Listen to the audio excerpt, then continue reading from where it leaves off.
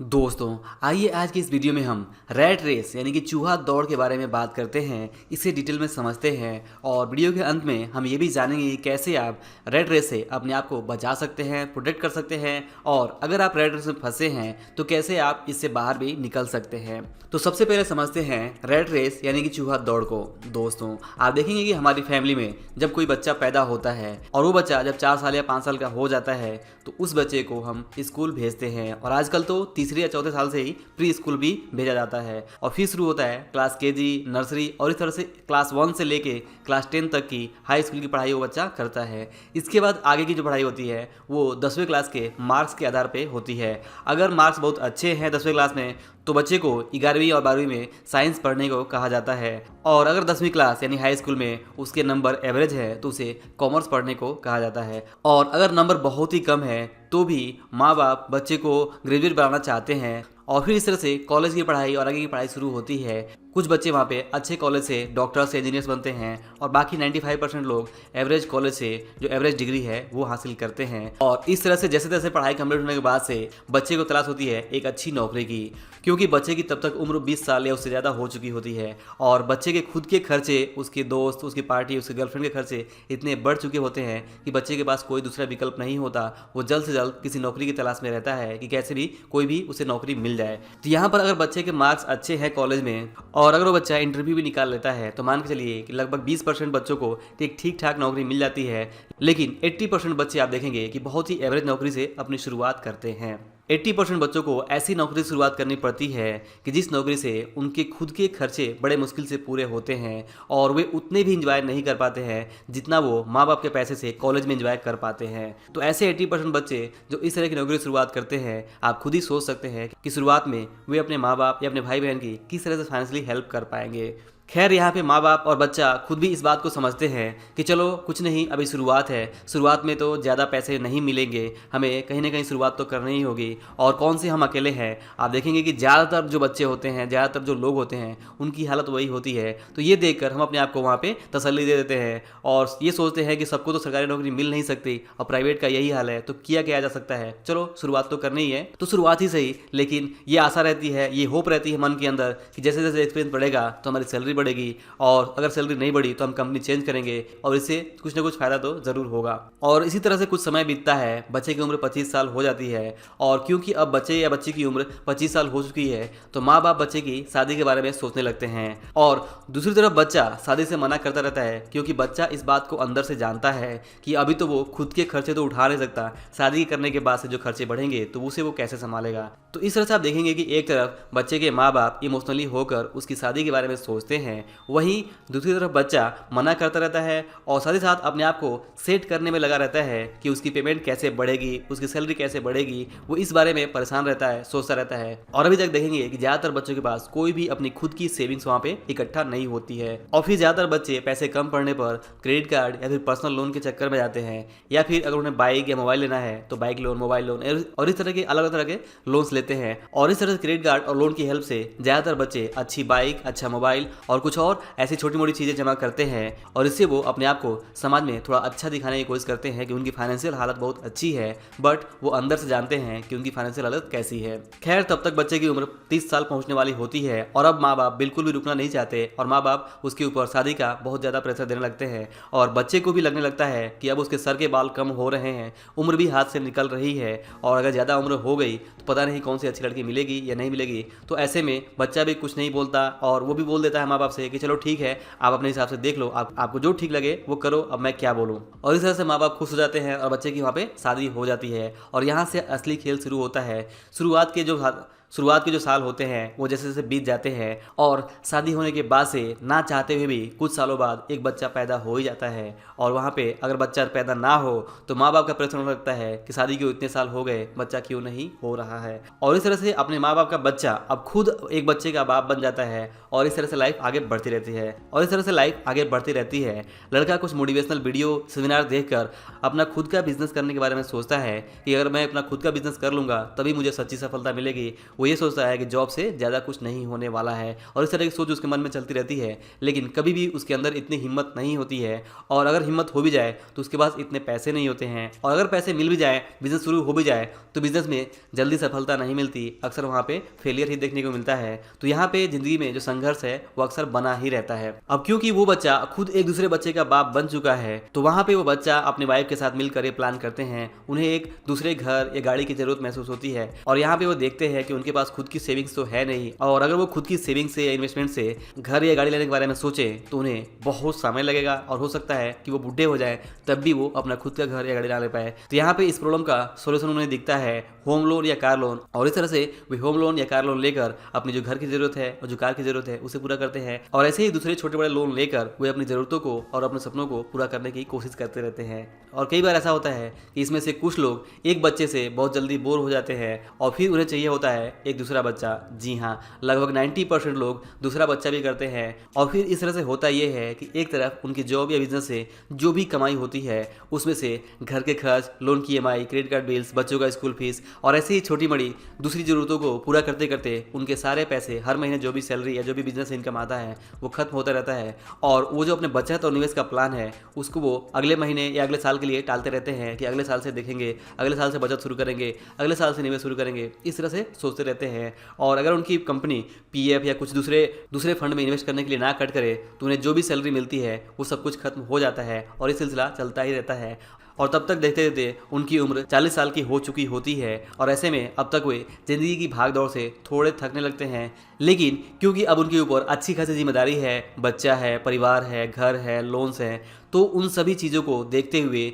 वे, चाहे उनको अपना काम जॉब पसंद हो या ना हो, वे रोज़ सुबह उठते हैं, काम पे जाते हैं, ऑफिस में जाते हैं, और शाम तक रात तक अपना काम करते हैं, और फिर आने के बाद से खाना खाते हैं, TV देखते हैं और सो जाते हैं, और ये सिलसिला चलता ही रहता है। और इस तरह की लाइफ स्टाइल में उनके अपने खुद के जो सपने होते हैं, जो ड्रीम्स होते हैं, जो काम उन्हें पसंद होता है, वो तो बिल्कुल भूल ही जाते हैं। और ये जो सिलसिला है कि रोज़ सुबह उठना और काम भले पसंद हो या ना हो, काम पे जाना, उस काम को अपने आधे अधूरे मन से करना, और फिर शाम को घर पे आना, खाना खाना, TV देखना और सो जाना, और फिर अगले दिन वही रिपीट करते रहना, इसी को कहा जाता है रैट रेस, यानी कि चूहा दौड़ में फंस जाना। जब आप ये डिसाइड नहीं कर सकते कि आप जो वास्तव में करना चाहते हैं उसे आप कैसे करेंगे, और जब कोई पर्सन इस तरह की लाइफ स्टाइल में फंस जाता है, इस तरह के चूहा दौड़ रैट रेस में फंस जाता है, तो उसके लिए इससे बाहर निकल पाना इतना आसान नहीं होता है। और जब तक लोग समझते हैं कि वे चूहा दौड़ में रैट रेस में फंस चुके होते हैं, तब तक बहुत देर हो चुकी होती है। और यहाँ पे इस तरह से रैट रेस में फंस कर बस वो अपने आप को ये तसल्ली देते हैं कि हम अकेले नहीं हैं, हमारे साथ लाखों करोड़ों लोग हैं जो इसी तरह की लाइफ स्टाइल को जी रहे हैं, तो हम कोई अलग नहीं है, हम ज़्यादा कुछ कर ही क्या सकते हैं। तो इस तरह की सोच से वे अपने आप को तसल्ली जरूर दे देते हैं, लेकिन वे अंदर से जानते हैं कि वे जिंदगी में अब हार चुके हैं। वे जो करना चाहते थे, जो उनके सपने थे, जिस तरह की जिंदगी में जीना चाहते थे, वे अब शायद कभी नहीं जी पाएंगे, और वे अंदर से हार चुके होते हैं, टूट चुके होते हैं। दोस्तों ध्यान दीजिए कि अगर जब ये लोग अपने करियर की शुरुआत कर रहे होते हैं, उस वक्त अगर उन्हें ये बात पता हो कि आगे चल के उनके साथ ऐसा ही एग्जैक्टली हो सकता है, तो शायद उसमें से कुछ लोग अपना रास्ता जरूर बदलना चाहेंगे और वे इस रास्ते पे नहीं चलना चाहेंगे। और दोस्तों दूसरी बात ये भी ध्यान दीजिए कि जॉब करने में कोई प्रॉब्लम नहीं है, और ये बिल्कुल भी गलत है कि सिर्फ आप बिजनेस करके ही अच्छा पैसा कमा सकते हैं या फिर अच्छी लाइफ स्टाइल जी सकते हैं, ये ज़रूरी नहीं है। आप देखेंगे कि बहुत सारे बिजनेसेस भी फेल होते हैं, बिजनेसेस भी स्ट्रगल करते हैं, और छोटे मोटे बिजनेस की क्या हालत होती है ये आप भी समझते हैं। तो यहाँ पे समझने वाली बात ये है कि जैसा मैंने शुरुआत में कहा कि हम पहले समझेंगे रैट रेस को, अभी समझेंगे कि कैसे आप इस रैट रेस से अपने आप को बचा सकते हैं। तो अगर आप इस बात को समझ रहे हैं, और अगर आप शुरुआत में हैं, अगर आप अभी तक रैट रेस में फंसे नहीं हैं, तो मैं यहाँ पे आपको कुछ पॉइंट्स बताने वाला हूँ, जिससे अगर आप ध्यान में रखते हैं तो आप इस रैट रेस से अपने आप को प्रोटेक्ट कर सकते हैं, अपने आप को बचा सकते हैं, और इस तरह की जो भी लाइफ स्टाइल है उसे अवॉइड करके आप एक बेहतर फाइनेंशियल लाइफ जी सकते हैं। तो दोस्तों अगर आप शुरुआत कर रहे हैं और रैट रेस से बचना चाहते हैं, तो सबसे पहले आप शुरुआत से ही एक बचत की आदत डालिए। जी हाँ, आपको सेविंग्स की आदत डालनी ही होगी। नो डाउट कि आप पहले 5,000 कमा रहे हो, 10,000 कमा कमा रहे हो, लाख रुपए कमा रहे हो, तो भी आपको एक डिसाइड करना होगा कि चाहे कुछ भी हो जाए, आप हर महीने सबसे पहले अपनी कमाई जैसे ही आपकी सैलरी क्रेडिट होगी आपके अकाउंट में, तो आप 10%, 20% या 30% एक दूसरे अकाउंट में ट्रांसफ़र कर देंगे और उसे आप कभी भी छेड़ेंगे नहीं। हाँ, उस दूसरे पैसे को आप बाद में अपने रिस्क उठाने की क्षमता के अनुसार जरूर निवेश करने के बारे में सोचेंगे, बट उस पैसे को आप देखेंगे भी नहीं और उसे छुएंगे भी नहीं। और फिर यहाँ पे दूसरा पॉइंट है कि आपको दूसरों को इम्प्रेस करने के लिए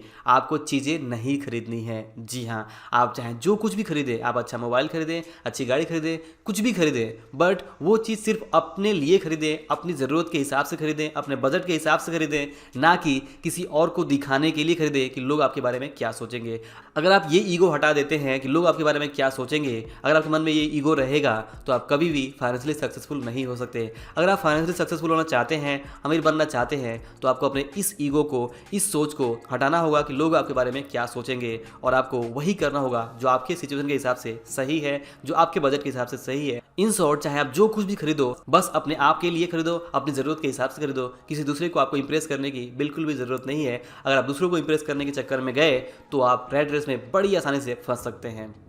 और दोस्तों, तीसरी चीज़ है कि आपको फाइनेंशियल फ्रीडम की परिभाषा को समझना है, अपना खुद का फाइनेंशियल फ्रीडम डिसाइड करना है कि आपकी ज़रूरत कितनी है हर महीने, आपको वो इनकम कहाँ से पैसिव इनकम तरीके से मिल सकती है। ये सारी चीज़ अगर आप समझते हैं तो अपने आप को आप फाइनेंशियली ज़रूर फ्री कर सकते हैं, और फाइनेंशियल फ्रीडम ही आपकी लाइफ का एक इंपॉर्टेंट गोल होना चाहिए। और फाइनेंशियल फ्रीडम और रेड रेस बिल्कुल एक दूसरे से अलग है। मतलब अगर आप फाइनेंशियल फ्रीडम के रास्ते पर चलते हैं तो आप ऑटोमेटिकली जो रेड रेस है उससे दूर ही जा रहे हैं। और दोस्तों, चौथा पॉइंट जो आपको ध्यान में रखना है वो है कर्ज, डेट यानी लोन के बारे में। जी हाँ, जैसा कि हमने पहले भी डिस्कस किया हुआ है कि कर्ज दो तरह के होते हैं, अच्छे कर्ज और बुरे कर्ज। अगर आप अच्छे कर्ज लेते हैं, मतलब आप कर्ज ले रहे हैं, उससे आप खुद ज़्यादा पैसा कमा रहे हैं, तो ये अच्छी बात है। बट आप देखेंगे कि ज़्यादातर केस में ऐसा नहीं होता है। हम ज़्यादातर जो लोन्स लेते हैं वो हम लोन्स लेके अपनी ज़रूरतों को पूरा कर लेते हैं और वो पैसे हम खर्च कर लेते हैं, और बाद में हम सिर्फ ब्याज भरते हैं। हमें उस लोन पे कोई एक्स्ट्रा इनकम नहीं होती है। तो हमारे लिए जो मैक्सिमम लोन होते हैं,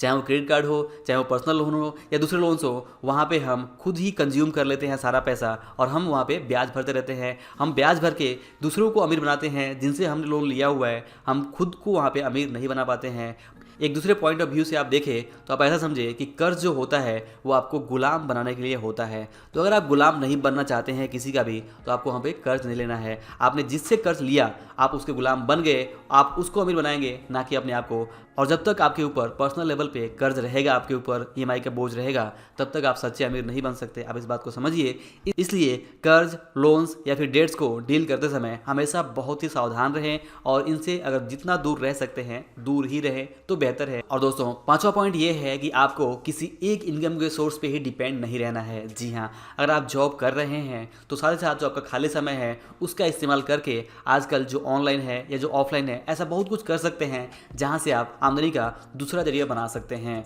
तो अगर आप दूसरा जरिया किसी तरह से बना लेते हैं तो ये आपकी फाइनेंशियल लाइफ को काफ़ी बेहतर बना सकता है। तो आप अपनी एक इनकम के साथ दूसरा इनकम बनाने के बारे में जरूर सोचें और उसके ऊपर काम करें। और दोस्तों, इसके बाद जो छठवीं चीज़ है वो है कि आपको फटाफट अमीर बनाने वाली या फिर हाई रिटर्न देने वाली किसी भी स्कीम से दूर रहना है, और किसी भी ऐसे फालतू स्कीम में पैसे जमा नहीं करने हैं जिसके बारे में आप ठीक ढंग से नहीं जानते हैं, या फिर जहाँ पे भी आपको डाउट है वहाँ पे अपने पैसे बिल्कुल भी ना लगाएं। और दोस्तों, इसके बाद सातवां पॉइंट है कि अगर आप जॉब करते हैं तो वहाँ पे आपको चापलूसी से बचना है। आपको अपने स्किल्स, खुद के स्किल्स के ऊपर फोकस करना है, और आपको रूल ऑफ इनकम समझना है कि अगर आपके अंदर काबिलियत है, अगर आपके अंदर स्किल्स है, तो आप नो डाउट अपनी इनकम को अपने हिसाब से बढ़ा सकते हैं। लेकिन अगर आपके अंदर काबिलियत नहीं है, अगर आपके अंदर स्किल सेट नहीं है, तो आप चापलूसी करके थोड़े दिन आगे बढ़ सकते हैं, बट अंत में आप वहीं पहुँच जाएंगे जिस काबिल आप होंगे। तो अपनी काबिलियत को समझिए, और काबिलियत इक्वल टू इनकम को समझिए। जितनी ज़्यादा आपकी काबिलियत होगी, जितना ज़्यादा वैल्यू इस मार्केट प्लेस को दे पाएंगे, जितना ज़्यादा वैल्यू आप अपने जॉब से, सर्विस से दे पाएंगे,